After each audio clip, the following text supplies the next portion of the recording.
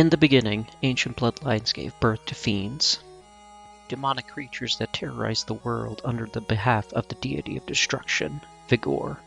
This gave rise to 13 divine dragons who bestowed man with the dragon sword, made from their own fang to strike down evil. This dragon lineage would live and pass on the dragon sword as the Hayabusa ninjas. The dragon sword now held in the hands of Master Ninja, Ryu Hayabusa.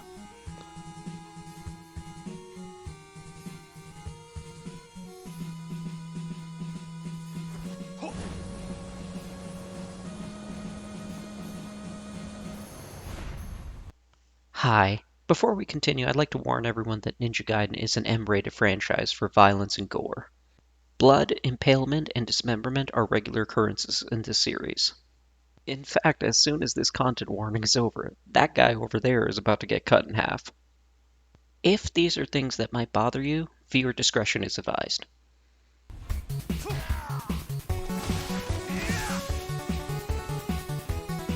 Hayabusa debuted in 1988 with the arcade beat-em-up Ninja Gaiden. Later that year, Nintendo fans got to beat him proper with the first NES game and its 2 sequels. This trilogy would be ported to the SNES in 1995 along with some other spin-offs, but that will be it for a while. Hayabusa would return in the Dead or Alive series as a main playable fighter and will continue to be a mainstay. DOA's director would use this opportunity to revive the series as a hack and slash in 2004. Modern Ninja Gaiden would continue to have several re-releases, spin-offs, sequels, and crossovers. And, maybe unintentionally, Ninja Gaiden and Dead or Alive sort of became this nexus of Tecmo's universes. Ayane and Fatal Frame, Ryu's ancestors appearing in the Neo series. You should get the idea. So why don't we explore what potential this legendary ninja has to offer? Oh, and because I know someone is going to be annoying about it, this is Ryu from Streets. This is Hayabusa. Just call him Hayabusa.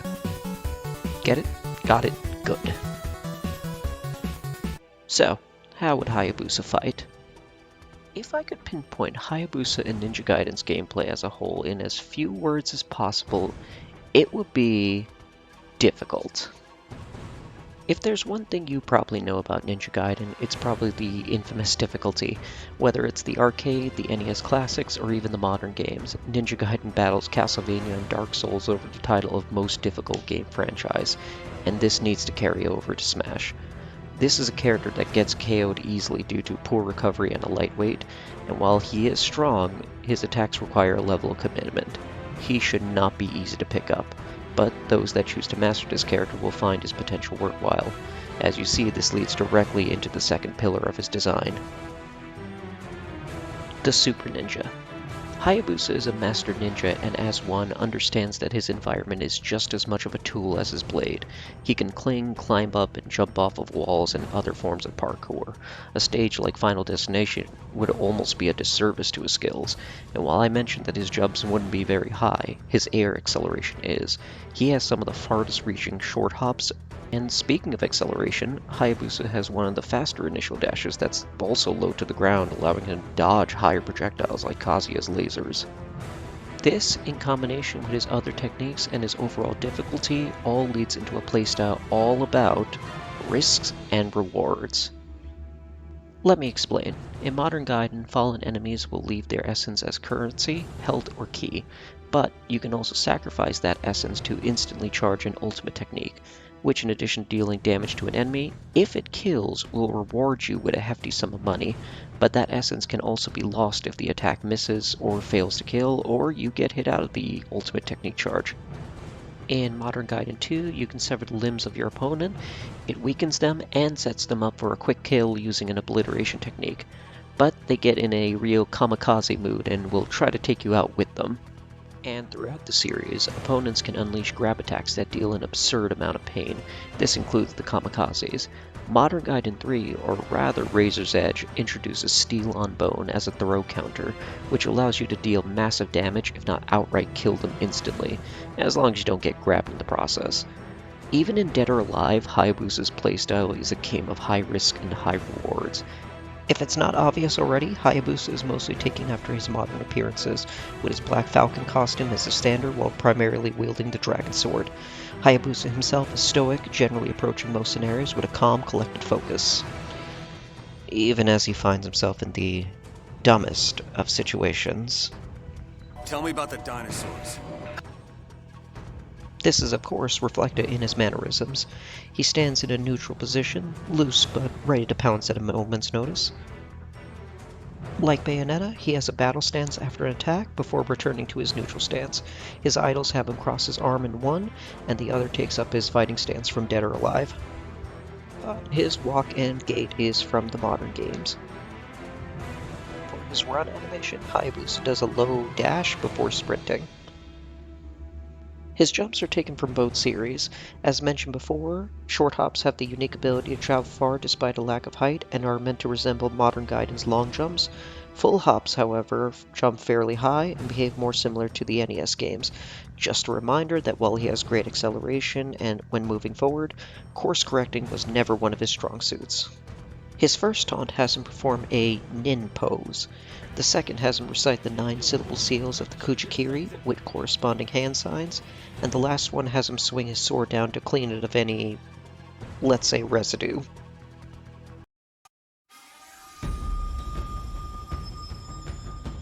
Neutral attack is Crimson Slash, the Dragon Sword's default 3-hit light combo.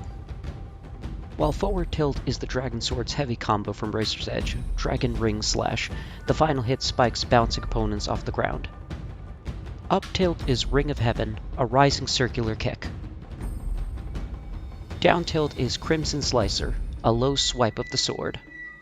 Hayabusa's dash attack has him perform Beast Claw Kick, a flying side kick that goes through opponents. What's special is that this can cause a wall cling if he hits one, setting up for mix-ups off a wall jump or a Flying Swallow. Flying Swallow being his side special, but we'll get into that later. Hayabusa's forward smash is Haze Straight Slash. After the initial windup, he steps forward with a wide horizontal slash that sends opponents away.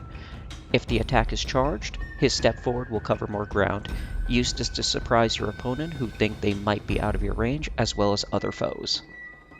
Up smash is Scarlet Dragon, a rising slash that launches opponents.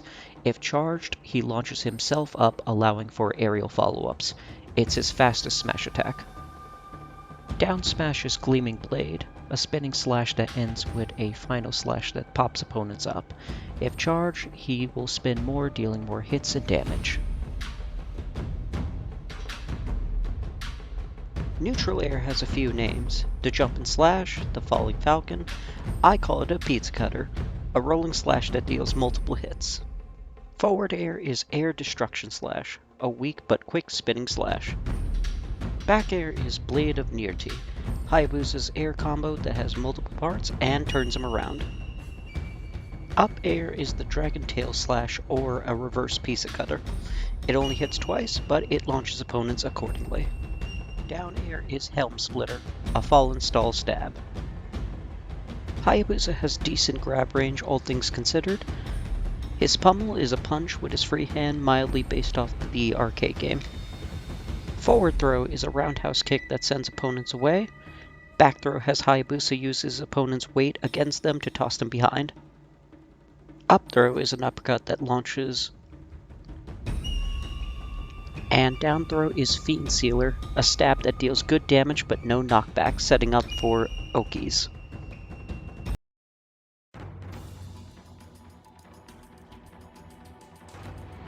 Hayabusa's neutral special are Shurikens.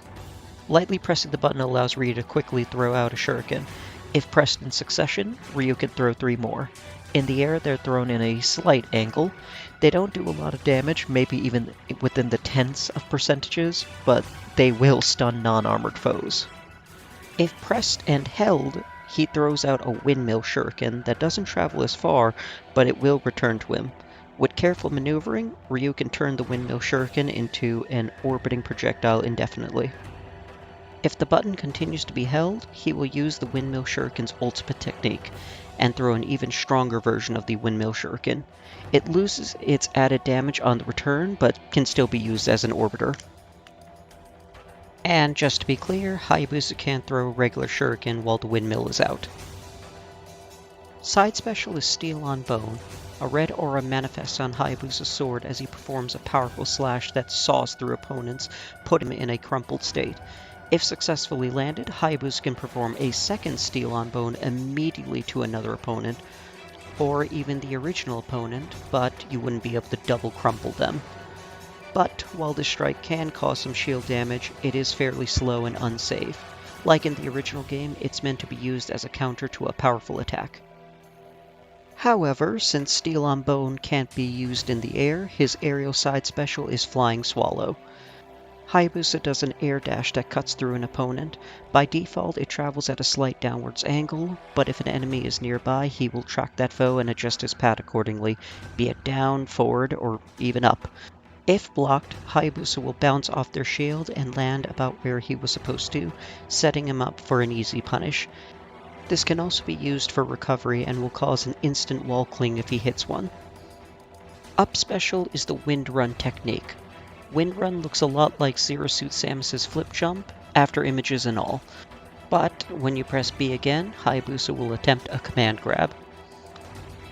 If the opponent is on the ground, he will perform the guillotine throw, and use rolling momentum to throw the opponent forward at a low angle. If the opponent is in the air, he will perform the greatest attack in fictional history, otherwise known as the Izuna drop, a spinning pile driver that slams the opponent back to the ground.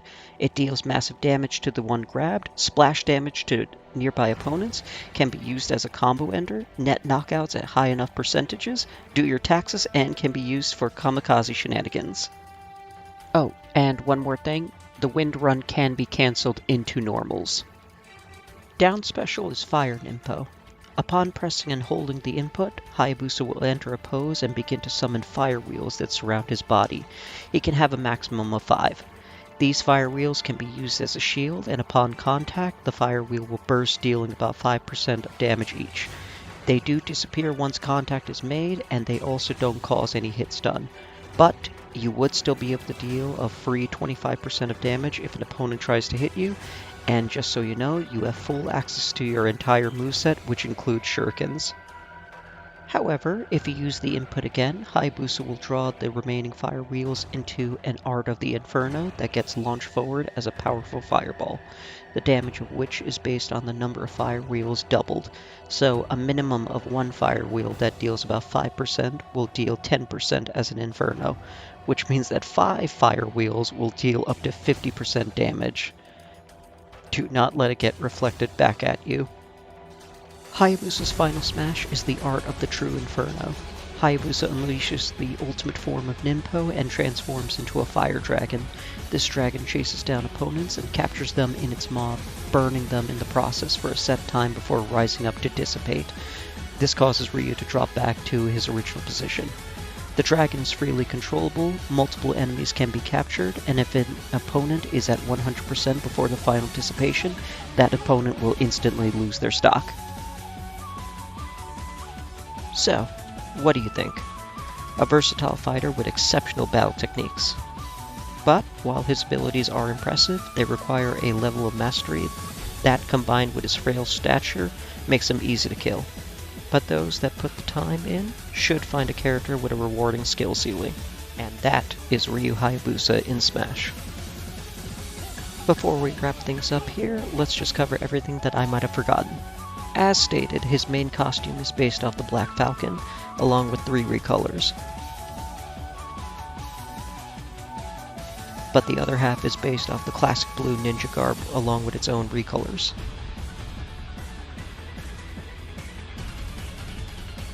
For his entrance, he glides onto the stage ready to fight. For his first victory, a falcon flies in and lands on his arm. For his second, he cleans his sword before putting it away.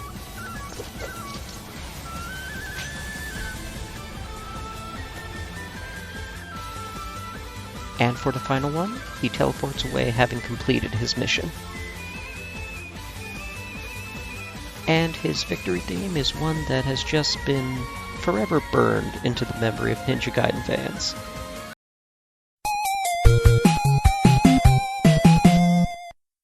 We do a little trolling here. Onto the stage.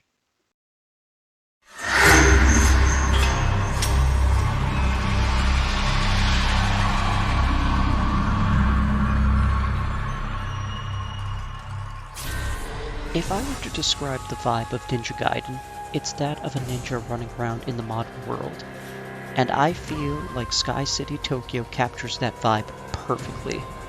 Alongside the skyscrapers and helicopters are traditional Japanese wood architecture, such as the Muramasa Shop and the Looter Shrine, in addition to shallow rivers, sakura trees, and koi ponds. Speaking of the Lunar Shrine, that area is the main part of the stage. It's been used as an arena in sequels and Dead or Alive. The main layer is more or less a recreation of that area, flat. But fighters can also jump onto the roofs and battle on the high ground. And underneath the main layer is a red bridge connected by two small structures. These structures also have ladders to help you get back onto the main stage. The stage is decorated accordingly and all in all captures an environment of industrialization, but also a sense of serene beauty.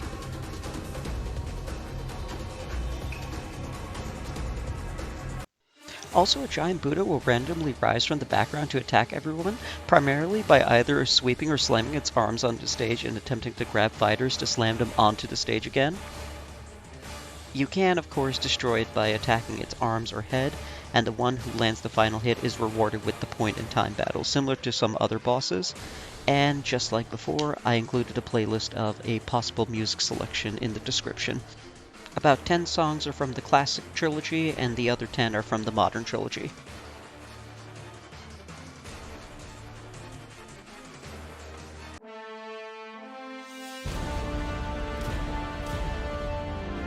And that should do it. I hope I was able to resolve some of the audio issues I was having with Noah and Mio. I made some adjustments in Audacity to try and better normalize things. I'm also using a different mic this time around. But yeah, this took a lot longer than I thought, considering that this is a concept that was already made. But as stated during the stage introduction, Street Fighter 6 is really distracting. And yeah, I need to get Marissa to Master Rank. Till next time.